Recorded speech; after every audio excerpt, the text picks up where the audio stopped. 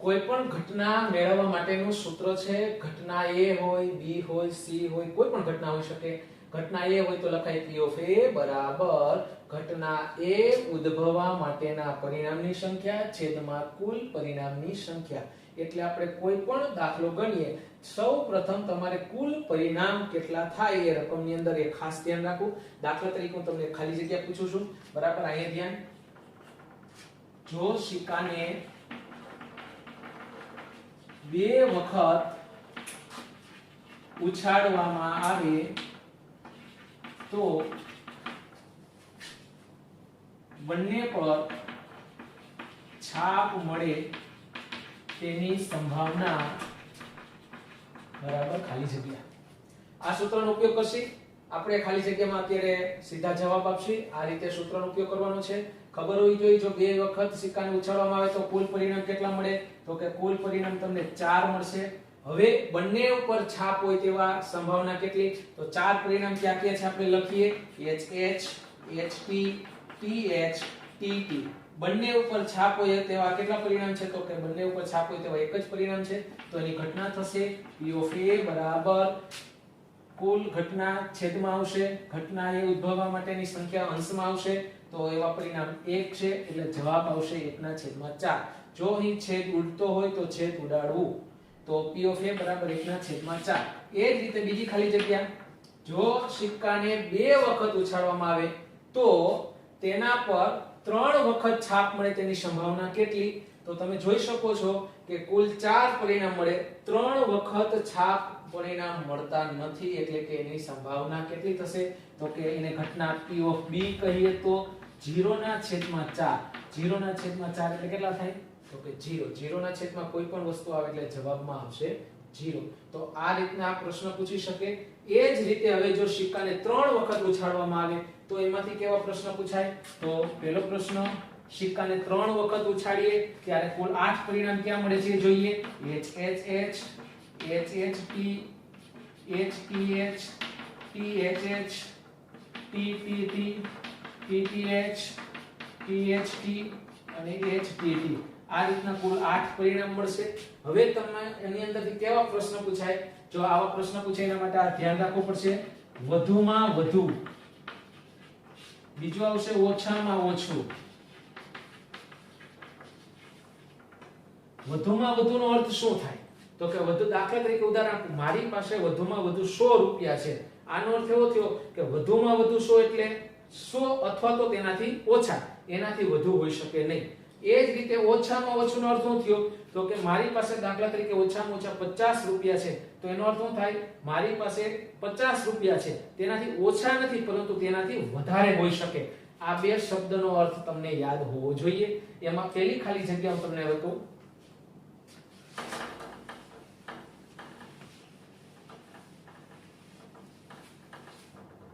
જો સિક્કાને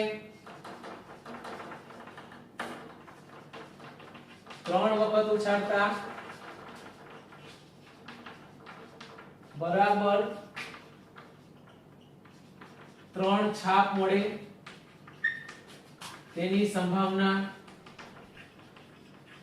ખાલી જગ્યા છે તો કે બરાબર 3 છાપ મળે એ મેળવવું હોય પહેલા સૌપ્રથમ આપણે ઘટનાને A કહીએ તો જવાબમાં આવશે P of A બરાબર કુલ પરિણામ છેદમાં આવશે તો કુલ પરિણામ 8 થાય છે બરાબર 3 વખત છાપ મળે એવા કેટલા છે તમે જોઈ શકો બરાબર 3 વખત છાપ એટલે કે H તો બરાબર 3 વખત છાપ એક ની અંદર જ આવે છે તેથી અંશમાં કેટલા આવશે તો 1 તો જવાબ આવશે 1/8 એ જ રીતનો બીજો પ્રશ્ન જો સિક્કાને 3 વખત ઉછાળવામાં આવે તો વધુમાં વધુ 2 છાપ મળે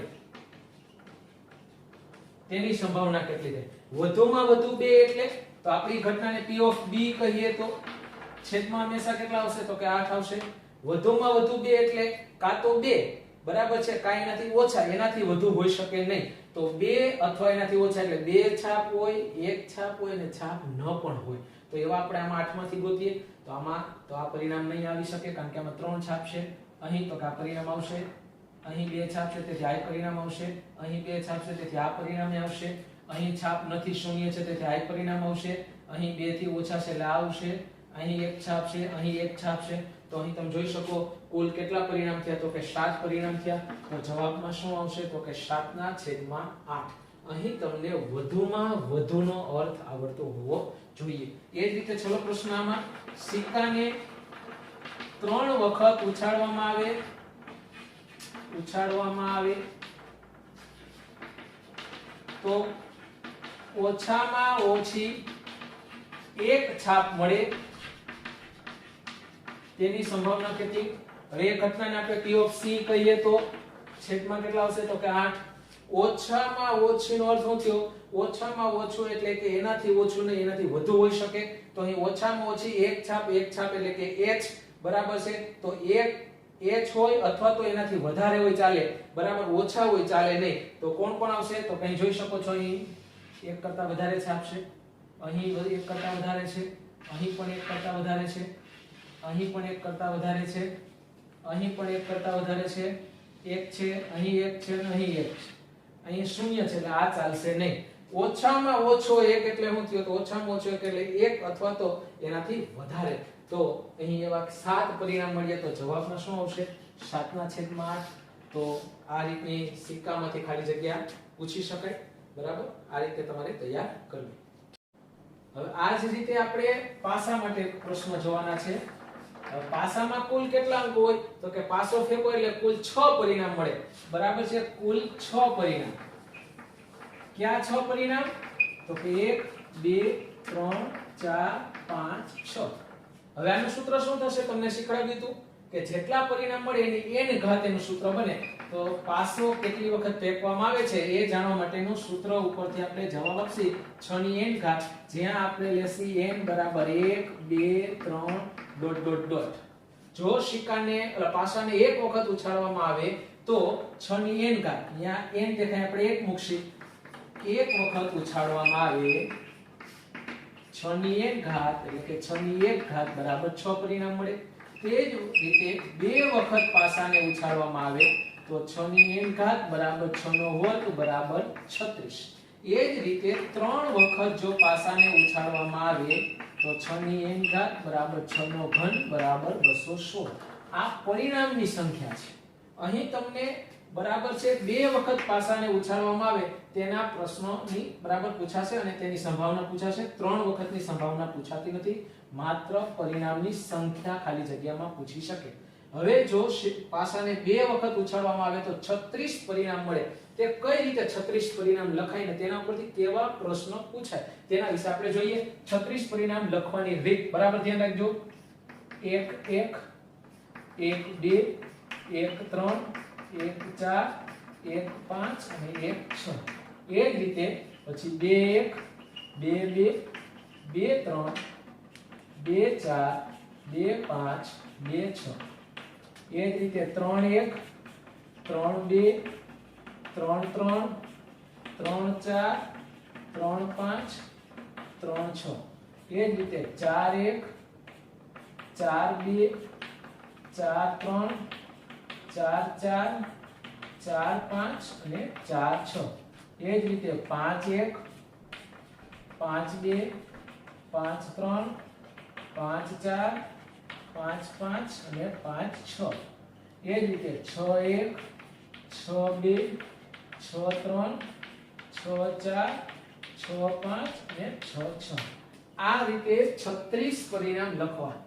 સૌપ્રથમ તો તમારે 36 પરિણામ લખવા પડશે. કઈ રીતે લખવાય ની આ રીત છે. હવે તેના ઉપરથી કેવા કેવા પ્રશ્ન પૂછાય. આ બે વખત ઉછાળવામાં આવે તો મળતા પરિણામ છે. બે વખત પાસાને ઉછાળતા મળતા પરિણામ અને આ એક વખત ઉછાળવામાં આવે તો એક વખત ઉછાળતા મળતા પરિણામ. તો હવે આના ઉપરથી કેવા પ્રશ્ન પૂછાય આપણે જોવાના છે. સૌપ્રથમ આપણે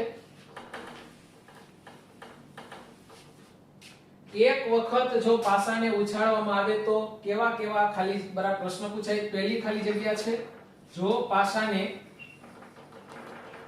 એક વખત ઉછાળવામાં આવે તો પહેલો પ્રશ્ન ઘટનાએ અયુગ્મ અંક આવે તેની સંભાવના અયુગ્મ અંક આવે તેની અયુગ્મ એટલે તો કે અયુગ્મનો અર્થ થાય એકી સંખ્યા હવે આમાં એકી સંખ્યા આવે બરાબર છે તે કોણ કોણ છે જોઈએ એની આપણે ઘટનાને કહેશું p ઓફ a બરાબર છેદમાં હંમેશા કુલ પરિણામ લખશી એક વખત ઉછાળો તો કુલ પરિણામ 6 આવે એટલે છેદમાં 6 આવશે હવે આમાં અયુગ્મ એટલે એકી સંખ્યા કોણ કોણ છે તો એકીમાં કોણ કોણ આવશે તો કે 1 1 3 અને 5 આમ કુલ કેટલા થયા તો કે 3 સંખ્યા થઈ એટલે જવાબ આવશે 3 ના છેદમાં 6 એનો અર્થ થાય 1 ના છેદમાં 2 તે જ રીતે ઘટના બી યુગ્મ અંક આવે તેની સંભાવના યુગ્મ એટલે તો કે યુગ્મ એટલે બેકી સંખ્યા આવે એની સંભાવના શું થાય એ ઘટનાને આપણે p ઓફ b કહીએ છેદમાં કુલ ઘટના લખશી બેકી સંખ્યામાં કોણ કોણ આવશે કે 2 4 અને 6 તો કુલ કેટલા પરિણામ થયા તો કે 3 એટલે કેટલા થયા 3 ના છેદમાં 6 એટલે કેટલા 1 ના છેદમાં 2 ત્રીજો પ્રશ્ન ઘટના c આવો પૂછી શકે અવિભાજ્ય અંક આવે તેની સંભાવના કેટલી અવિભાજ્ય અંક હવે અવિભાજ્યનો અર્થ શું થાય એ આપણે જોઈએ અવિભાજ્ય એટલે જેના બે કરતા વધારે ભાગ ન પડતા હોય એવા તો એવા સંખ્યામાં કોણ કોણ આવશે તો અવિભાજ્યમાં એક 2 આવી શકે 3 આવી શકે અને એક 5 આવી શકે ખાસ ધ્યાન રાખવું બાળકો બરાબર છે અવિભાજ્યમાં એક ક્યારેય આવતો નથી તો p ઓફ c બરાબર છેદમાં કુલ 6 આવશે અવિભાજ્ય અંક 2 3 ને 5 એટલે કુલ 3 સંખ્યા થયો એટલે 3 ના છેદમાં 6 એટલે કે 1 ના છેદમાં 2 તે જ રીતે ઘટના d વિભાજ્ય અંક આવે તેની સંભાવના વિભાજ્ય કોણ કોણ થશે કે જેના બે થી વધારે ભાગ પડતા હોય તે તો કોણ કોણ છે બે થી વધારે ભાગ પડતા હોય તો કે 4 અને 6 તો શું થશે જવાબ p ઓફ d બરાબર છેદમાં હંમેશા 6 આવશે વિભાજ્ય 4 અને 6 એટલે બે ઘટના થઈ 2 ના છેદમાં 6 એટલે 1 ના છેદમાં 3 આ રીતનું બરાબર થઈ શકે હવે એના પછી આવશે ઘટના e હવે કેવો પ્રશ્ન આમાંથી પૂછી શકે હવે ખાસ એક ધ્યાન રાખો આમાંથી આ રીતનો પ્રશ્ન પૂછાય કે પાસાને એક વખત ઉછાળવામાં આવે અને તેના ઉપર મળતો અંક 2 થી 6 ની વચ્ચે હોય 2 થી 6 ની વચ્ચે 2 થી 6 ની વચ્ચે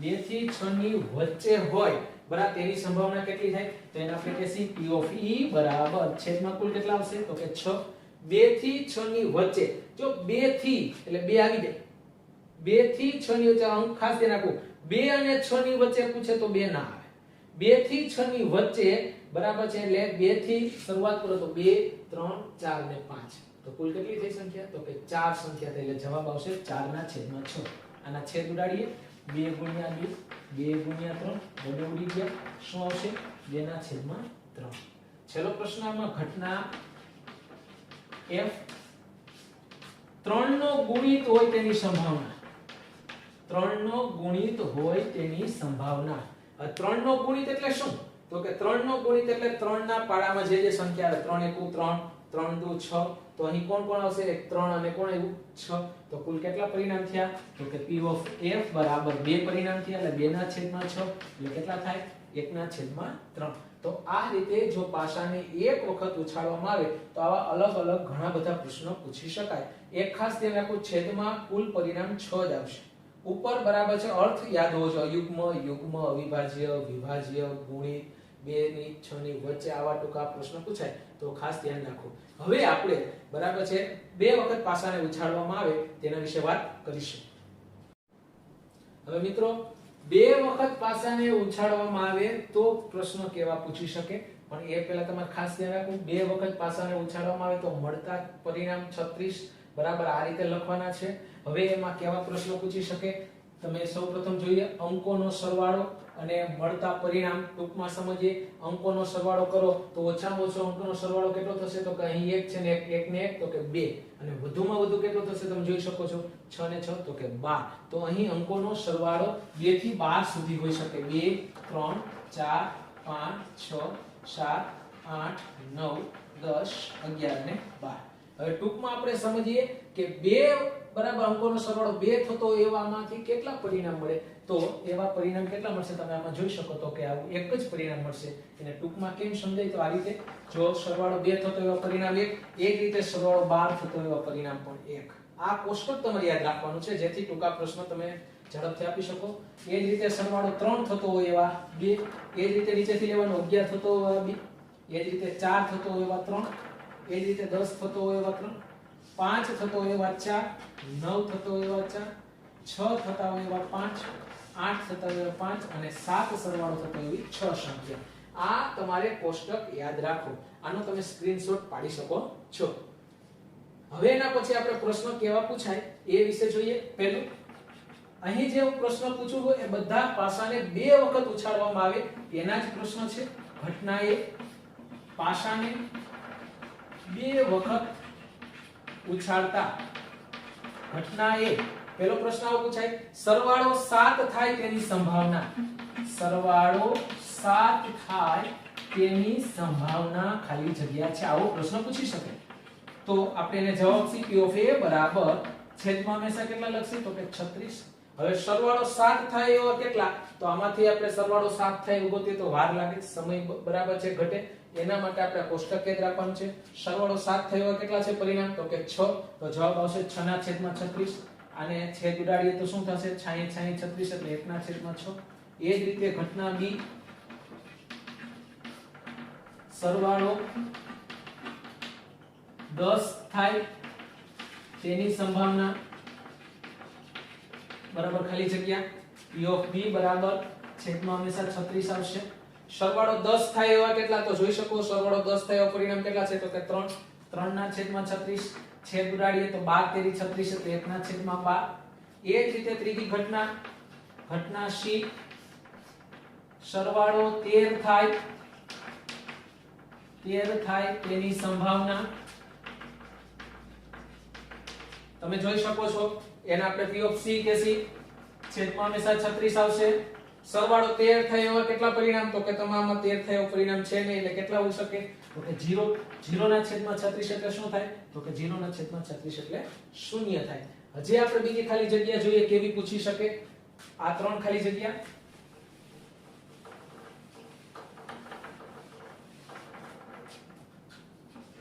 એ જ રીતે ચોથી ખાલી જગ્યા, સરવાળો 12 થી ઓછો થાય, 12 થી ઓછો થાય તેની સંભાવના ખાલી જગ્યા.